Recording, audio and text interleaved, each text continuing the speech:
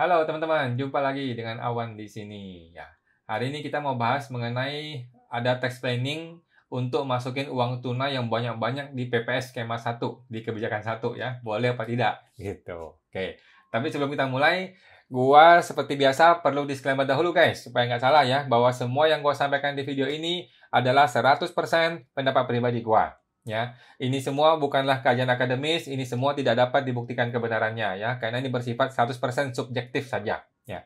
Walaupun gue seorang konsultan pajak yang resmi, tetapi isi video ini bukanlah video saran profesional konsultan pajak, bukan ya. Ini hanyalah istilahnya ngobrol-ngobrol warung kopi aja sama teman-teman gitu guys ya. Anda semua tidak boleh dan tidak bisa menjadikan video ini sebagai pedoman bagi Anda untuk melaksanakan kewajiban perpajakan Anda gitu guys. Kalau teman-teman mau tahu lebih banyak tentang pajak, Anda silakan berkonsultasi dengan konsultan pajak Anda.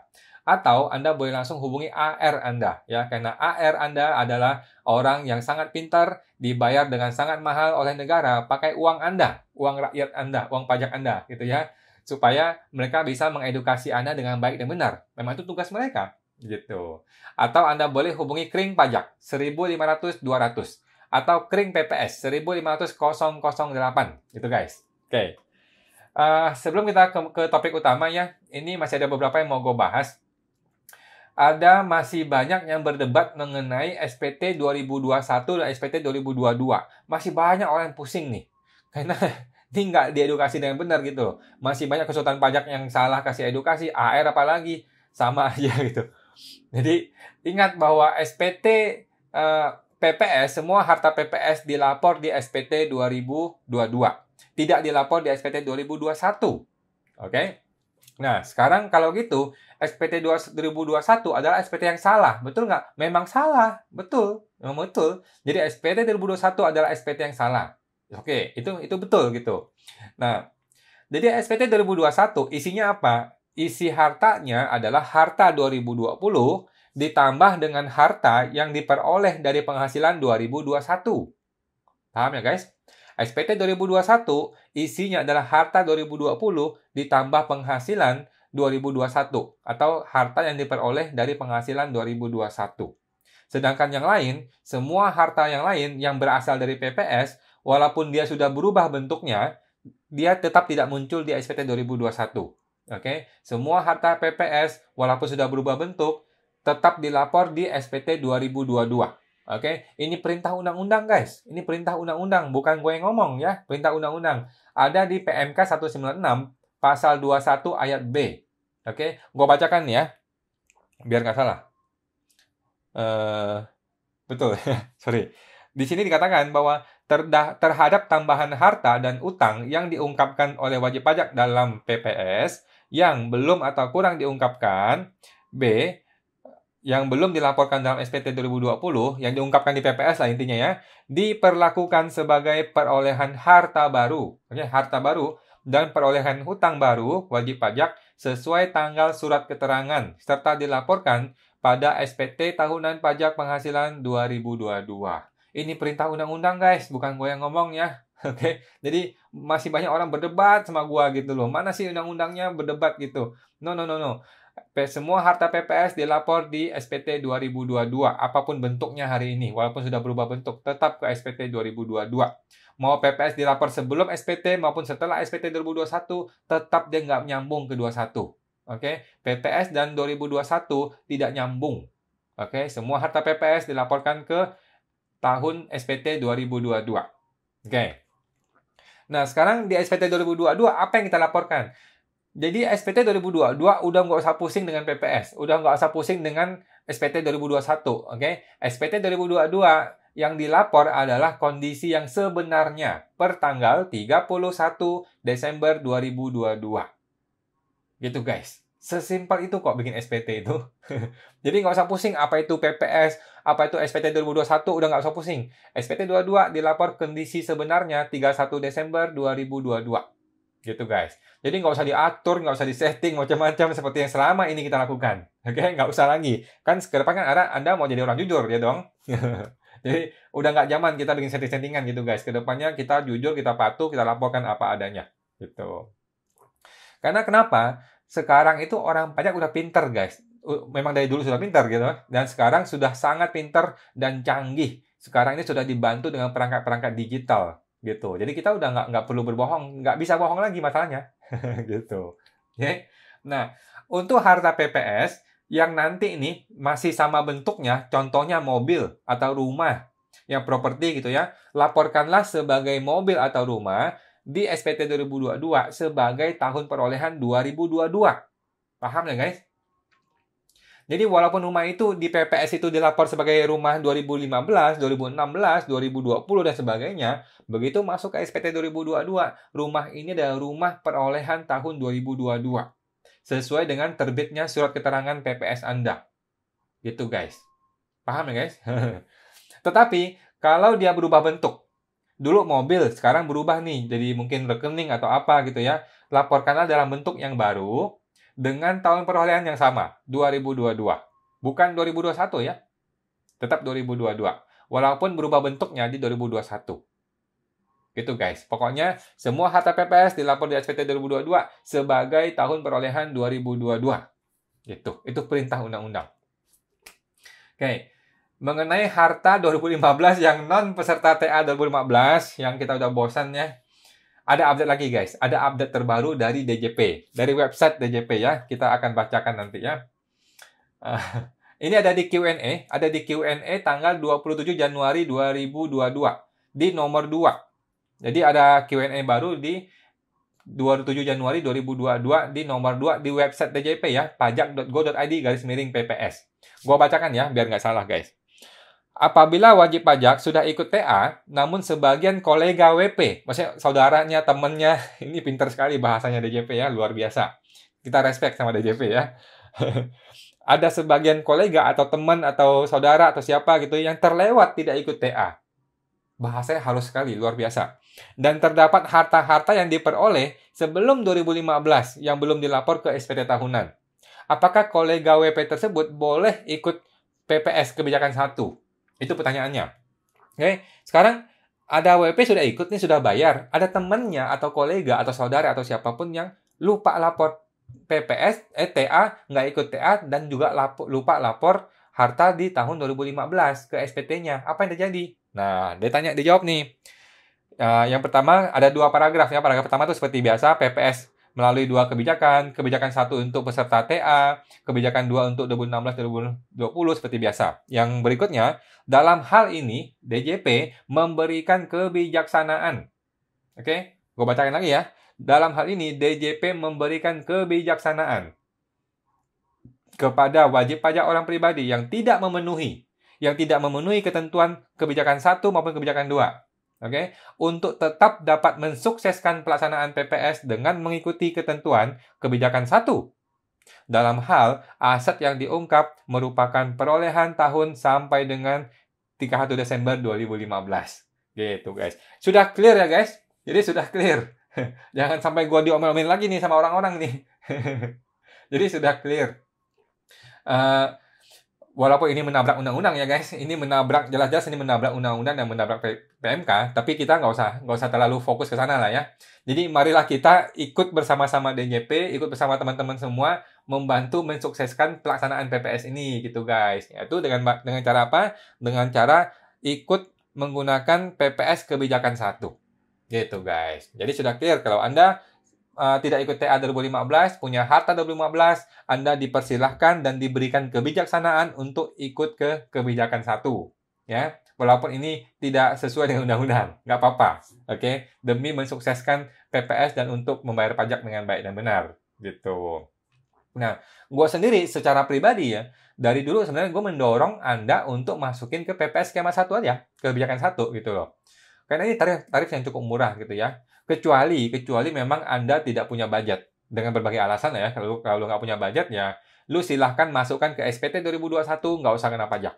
Oke? Kenapa? Karena memang barang itu tidak bisa dikenai pajak lagi dengan peraturan apapun. Gitu guys. Oke? By the way, kebijaksanaan ini bukan peraturan ya guys. Kebijaksanaan ini bukan peraturan, bukan PMK, bukan undang-undang. Ini tulisan di website, ya. Dan memang tidak bisa diundangkan ke peraturan gitu. Kalau ini diundangkan jadi nabrak undang-undang, nggak boleh. Jadi hancur lebur nanti, bingung gitu. Oke. Tapi ya marilah kita mendukung PPS ini guys. Itu kalau Anda punya budget. Gitu. Kalau lu punya budget, ya udahlah, daripada lu bermasalah nanti, mending lu ikut PPS kebijakan satu kan 8% lumayan. 8% tuh murah, cukup murah gitu, guys. Oke? Oke. Sekarang kita masuk ke ke topik utama. Ke topik utama. Bisakah orang memasukkan uang tunai sebanyak-banyaknya ke PPS kebijakan satu? Nah, kenapa gue sampai bawa topik ini? Karena ini memang sudah topik yang lama ya, dari zaman TA dulu sudah ada terjadi hal seperti ini. Tapi sekarang akan lebih penting lagi karena DJP sudah tegas mendorong untuk mempersilahkan ikut kebijakan yang satu nih. Kebijakan satu bagi orang yang tidak ikut TA 2015. Maka, kedepannya nih, kalau ini betul-betul disosialisasikan dengan baik gitu ya, akan banyak orang yang berbondong-bondong melaporkan harta 2015, terutama uang tunai. Gitu. Orang kan berpikir gini, itu aja yang sudah melanggar undang-undang diajakin kok, didorong kok untuk ikut PPS yang kebijakan satu gitu ya. Gitu loh. Oke. Nah, sekarang gua mau laporkan uang tunai 2015 yang banyak. Boleh nggak? Gitu. Nah, oke. Jadi, sekarang kita mau mulai dengan motif. Oke, motif. Kenapa sih? Apa sih motifnya orang mau lapor uang tunai di kebijakan satu? Motifnya apa sih? Ada dua alasan utama, guys. Ada dua alasan utama. Pertama, karena memang betul ada uang tunai di 2015 yang dia belum laporkan di TA ataupun di SPT. Oke. Alasan kedua, karena supaya dapat tarif yang lebih rendah. Gitu. Padahal kan seharusnya ini adalah objek PPS kebijakan 2. Gitu. Nah, untuk alasan pertama bahwa memang benar ada uang tunai di 2015 yang belum dilaporkan di TA ataupun di SPT. Maka ini sudah betul, guys. Silahkan Anda lapor ke PPS kebijakan 1 uang tunai. Oke, jangan khawatir jadi orang berjujur. Udah betul. Gitu. Nah, masalah bisa muncul jika yang terjadi adalah alasan yang kedua, gitu. Sebenarnya ini objek PPS kebijakan yang kedua. Uang ini diperoleh dari penghasilan 2016 ke 2020, tetapi dia mau laporkan ke kebijakan 1 supaya dapat tarif yang lebih murah. Nah, dia mau lapor sebagai apa? Lapor sebagai uang tunai. Gitu. Karena kan barang ini belum ada di waktu 2015. Barang ini belum ada di 2015, baru ada di 2016 ke 2020. Dia mau laporkan ke kebijakan 1 sebagai uang tunai supaya dapat tarif yang lebih murah. Boleh nggak begitu? Nah, kita kembali ke kenapa sih orang berani mengambil risiko ini? Kenapa? Karena Anda masih menganggap remeh petugas pajak, gitu guys. Karena lu pikir tuh petugas pajak itu bodoh gitu ya, gitu kali ya, gitu. Lu kira petugas pajak tuh mau dengan mudah menerima alibi dan alasan lu, gitu. Padahal nggak begitu kenyataannya guys, ya. Orang pajak itu sangat-sangat pintar, lebih pintar dari lu dan gua, gitu. Orang pajak itu bisa mencium kebohongan Anda sebelum lu mulai ngomong, gitu guys. Dia sudah bisa tahu lu bakal bohong, gitu. Bercanda ya. Nah, saran gua dan saran semua konsultan pajak ya, gue yakin ya, semuanya punya saran yang sama, yaitu laporkanlah apa yang menjadi objek PPS kebijakan 1 sebagai kebijakan 1. Laporkanlah apa yang menjadi objek kebijakan 2 sebagai kebijakan 2. Selesai, beres. Anda akan hidup bahagia, damai, dan sejahtera. Gitu guys. Sekarang gua akan sampaikan beberapa kasus dan skenario yang mungkin terjadi. Oke. Contoh satu nih ya. Cuma ada dua atau 3 contoh gitu deh. Contoh 1, Anda beli rumah di tahun 2018. Anggaplah senilai 1 miliar. Ya, contohnya nih ya. Lu mau laporkan ke PPS skema 1, kebijakan 1 nih, sebagai uang tunai 2015 sebesar 1 M. Oke? Betul dong? Berarti kan lu mau buat sebuah cerita. Lu mau buat mengarang sebuah cerita bahwa rumah itu berasal dari uang tunai yang sudah ada di 2015. Ya kan? Ya dong. Nah, sekarang kan lu mau bikin skenario dong.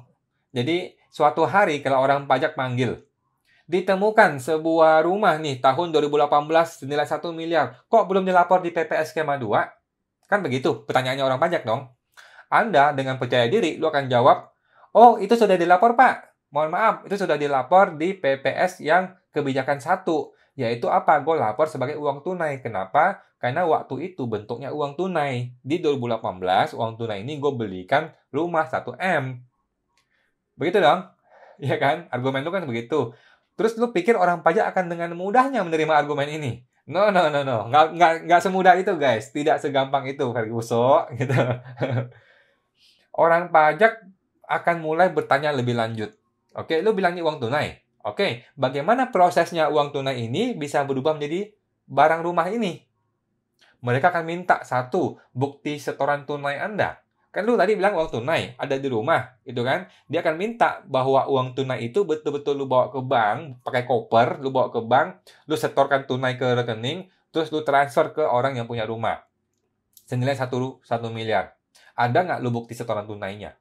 Kalau nggak ada bukti setoran tunai, berarti kan ini bukan setoran tunai. Bukan berasal dari uang tunai dulu. Gitu. Oke, tetapi kalau itu betul, lu punya bukti setoran tunainya, betul-betul begitu kenyataannya, atau lu bisa atur menjadi seperti itu, maka itu aman, guys. Aman, sudah betul itu. Nggak ada masalah. Gitu, guys. Ya. Tetapi kalau lu nggak bisa membuktikannya, bahwa mobil itu dibeli pakai uang tunai yang lu PPS-kan di kebijakan satu tadi itu, ya udah deh, nggak usah cari gara-gara, guys. Nggak usah cari gara-gara. Itu orang pajak dengan mudahnya mengetahui lu bohong. Gitu loh. Oke. Mending lu lapor aja rumah itu di kebijakan 2. Di PPS kebijakan 2, lu bayar 14%. Beres, selesai. Memang sakit, memang mahal, tapi seperti itulah kenyataannya. Itu udah murah dibanding pajak sebenarnya. Gitu. Oke. Mungkin lu akan berargumen kepada gua gitu ya, kepada konsultan lu gitu, bahwa gua nggak rela bayar pajak 14%, mahal banget gitu. Gua merasa berat sekali 14% gitu. Gua sekarang lagi susah nih, gua lagi kena COVID nih, bisnis gua lagi jatuh nih, dan sebagainya, dan sebagainya, dan sebagainya. Gitu, guys. Oke, gini ya guys, gua akan jelaskan bahwa orang pajak tidak peduli dengan kisah-kisah Anda itu. Orang pajak nggak peduli dengan semua cerita Anda. Nggak peduli lu sedang susah, lu sedang kondisi keluarga, kondisi keuangan, gimana, dan sebagainya. Nggak peduli. Kenapa? Mereka bekerja berdasarkan peraturan pajak yang berlaku. Gitu loh. Jadi Anda masih sadar nih, berapa sih pajak yang seharusnya lu bayar? Itu dulu yang mesti lu paham. Jangan lu bandingkan 14% dengan nggak bayar sama sekali. Bukan dong. Lu mesti bandingkan 14% dengan yang seharusnya Anda bayar. Ya dong, baru fair. Oke kan? Nah, uang 1 miliar atau rumah 1 miliar itu Anda harus bayar, seharusnya nih ya, lu mesti bayar 30% plus denda. Gitu guys. Kan pajak 30%. Pajak progresif PPh orang pribadi kan 30% plus denda. Gitu. Tapi Anda nggak usah bayar 30%. Lu dikasih ampun. Cukup bayar 14% saja. Nggak usah bayar PPN, nggak usah bayar PPh, cukup bayar 14% saja. Nggak kena denda dan dijamin tidak akan diperiksa. Betapa murahnya guys, dibandingkan 30%. Harusnya 30 plus denda, bayar 14%, bebas denda, bebas pemeriksaan. Gitu guys. Gitu. Nah, dengan begitu pun lu masih mau mencurangi lagi. Lu masih mau mencurangi, lu mau laporkan uang tunai aja deh di skema 1 biar gampang. Buset dah. Lu mau bayar 8% gitu kan? Jadi gini guys, hati-hati ya, hati-hati. Nanti bukannya lu cuma bayar 8%, tetapi lu udah bayar 8%, tetap harus plus bayar 30%, plus denda lagi 2% per bulan. Cilaka guys, cilaka ya. Tapi itu dengan syarat kalau orang pajak bisa membuktikan bahwa harta itu adalah objek PPS kebijakan 2. Bisa celaka, guys. Bisa blunder. Gitu. Oke. Nah, teman-teman tuh terus berusaha untuk mengupayakan agar dapat tarif yang lebih rendah. Oke, gitu ya. Padahal gini, lu tuh nggak mikir, guys, efek jangka panjangnya. Gitu, guys, ya. Lu kan mikirnya kepentingan jangka pendek, bahwa sekarang ya gue maunya tarif yang lebih rendah. Ngapain gue bayar mahal kalau gue bisa 8%? Gitu. Lu nggak mikir efek jangka panjangnya. Gitu, guys. Oke, lu kan maunya yang gampang, yang murah. Sekarang juga gue bisa bayar lebih murah gitu. Tapi lu meremehkan gitu guys. Lu meremehkan pajak. Lu pikir bahwa argumen lu itu nanti akan dengan mudah bisa lu sampaikan dengan pajak dan mereka bisa percaya gitu. Enggak gitu guys. Ya, padahal enggak gitu. Bayangkan efek jangka panjang yang mungkin terjadi ke depannya. Oke, mari kita berandai-andai ya. Seandainya lu sengaja melaporkan sebuah objek yang di PPS yang kebijakan 2, lu laporkan ke kebijakan 1. Seandainya ada rumah nih 1 miliar atau berapa gitu ya. Lu nggak mikir efek jangka panjang, guys. Seandainya suatu hari terjadi masalah, anggaplah rumah itu ditemukan dan lu dipermasalahkan bahwa ini belum lapor di PPS skema 2 gitu atau non PPS gitu. Nah, anggaplah ditemukan gitu ya 1M tahun 2018 sebuah rumah gitu, belum lapor ke PPS kebijakan 2. Lu akan bilang berargumen, "Oh, gua sudah lapor kok di PPS skema 1 sebagai uang tunai dan sebagainya dan sebagainya." Tetapi orang pajaknya ngeyel nih. Lu nggak dikasih ampun, guys. Lu langsung diterbitkan SKPKB 30%. contoh nih ya, kalau lu berdebat dan nggak bisa memberikan bukti dan sebagainya, orang pajak akan langsung terbit SKPKB 30%. Terus mesti bagaimana? Oke? Pertama, lu harus bayar konsultan pajak. Iya dong? Lu nggak mungkin hadapin sendiri. Tadi kan lu udah berantem, nggak bisa menang nih. Nah, orang pajak terbikin SKPKB. SKPKB harus dibayar langsung atau diadukan ke pengadilan pajak. Kalau lu mau ngaduin ke pengadilan pajak, maka lu harus panggil konsultan pajak. Berapa duit? Mahal. Mahal sekali, guys. Mahal. Ini lu nggak pikirin. Lu mikirnya gampang, bayar 8%, lu lupa mikirin kalau jadi masalah, lu mesti bayar mahal konsultan pajak. Oke? Dua, lu nggak mikirin stres dan frustasi yang akan lu alami. Oke? Lu dipanggil pajak, lu akhirnya sadar bahwa lu mungkin salah langkah, dan lu mesti bayar konsultan pajak mahal, stres.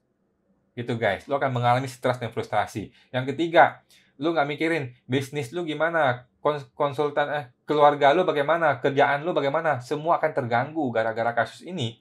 Kalau 1 miliar sih gampang, masalahnya cuma 300 juta. Kalau 10 miliar, masalahnya 3M. Mahal guys, gitu. Seluruh bisnis lu, keluarga lu, dan kerjaan lu akan terganggu karena lu stres.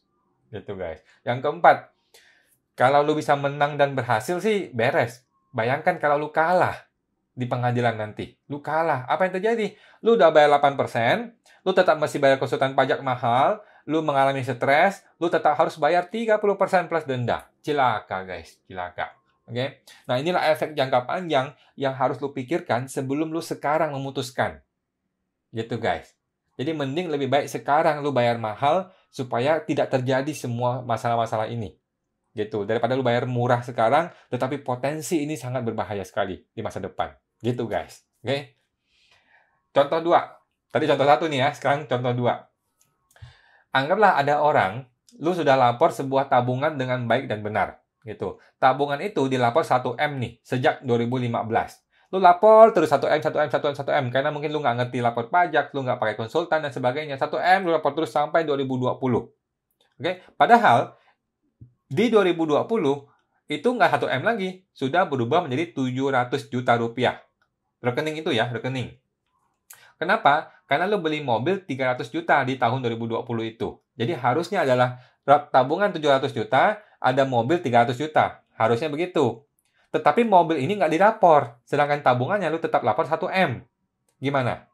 Nah, banyak juga orang mengalami kasus ini. Menurut gua, kalau seperti ini, tidak perlu ikut PPS. Untuk barang ini ya, nggak perlu. Mobil ini nggak usah ikut PPS. Oke? Kenapa? Alasannya adalah itu sudah dilapor, tetapi masih nyangkut di rekening.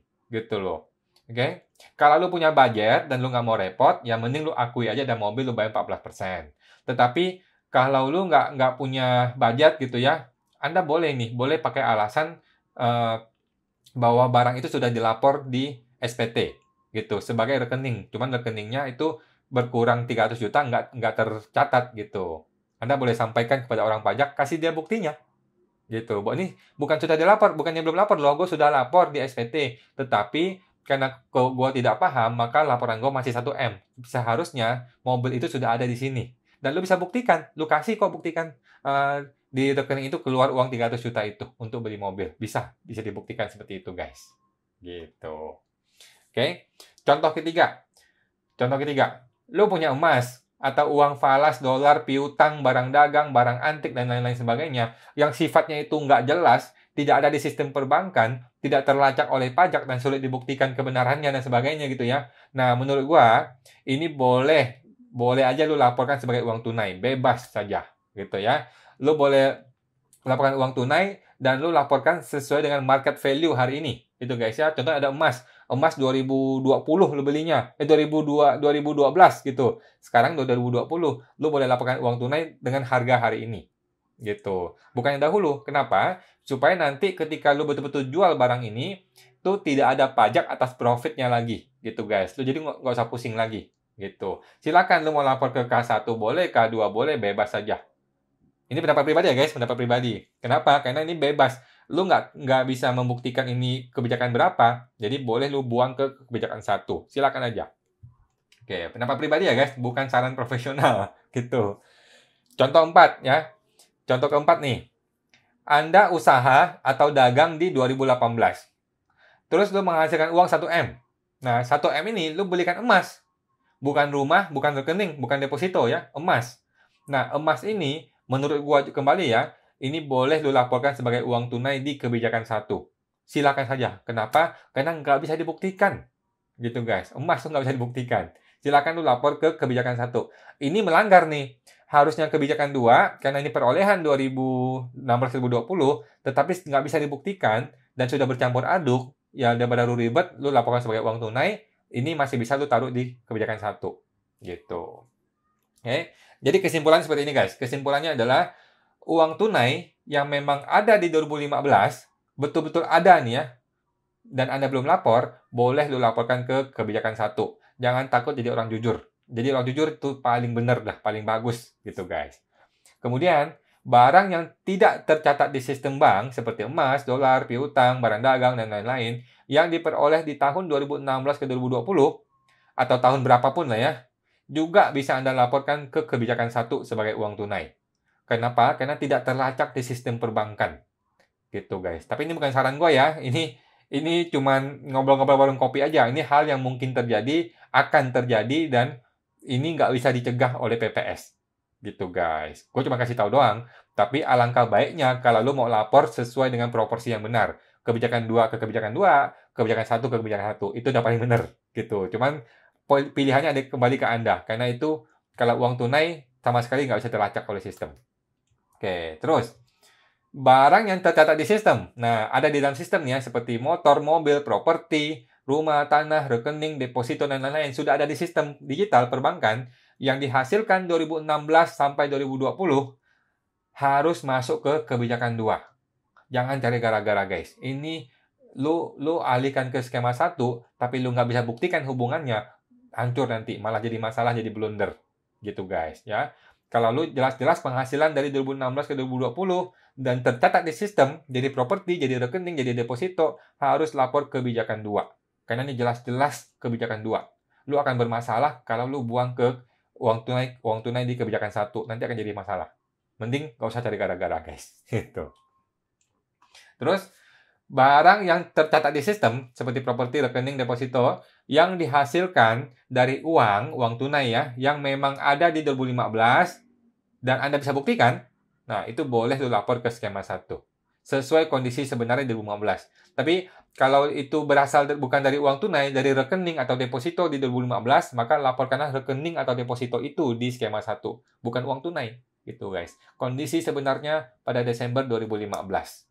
Gitu guys. Kalau udah lama, udah deposito udah hilang dan sebagainya, lu kembali ke bank, lu datang ke bank, lu minta printkan portofolio 2015 dan portofolio 2020. Gitu guys.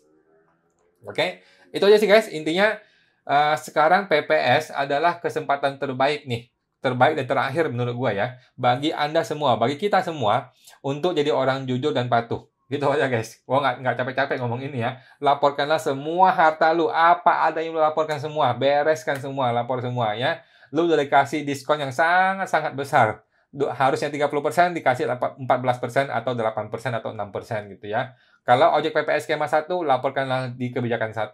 Kalau objek pajak kebijakan 2, laporkanlah ke PPS kebijakan 2. Gitu. Kecuali yang tidak terlihat di sistem. Ya Anda bebas aja lah kalau gitu. Atur aja. Gitu guys. Oke, itu aja guys. Gua akan ada di Instagram Live setiap hari Senin jam 8 sampai jam 9 malam ya. Kalau teman-teman mau bertanya seputar pajak, silahkan langsung join ke Instagram Live gua di hari Senin jam 8 sampai jam 9 malam. Sampai jumpa guys semuanya.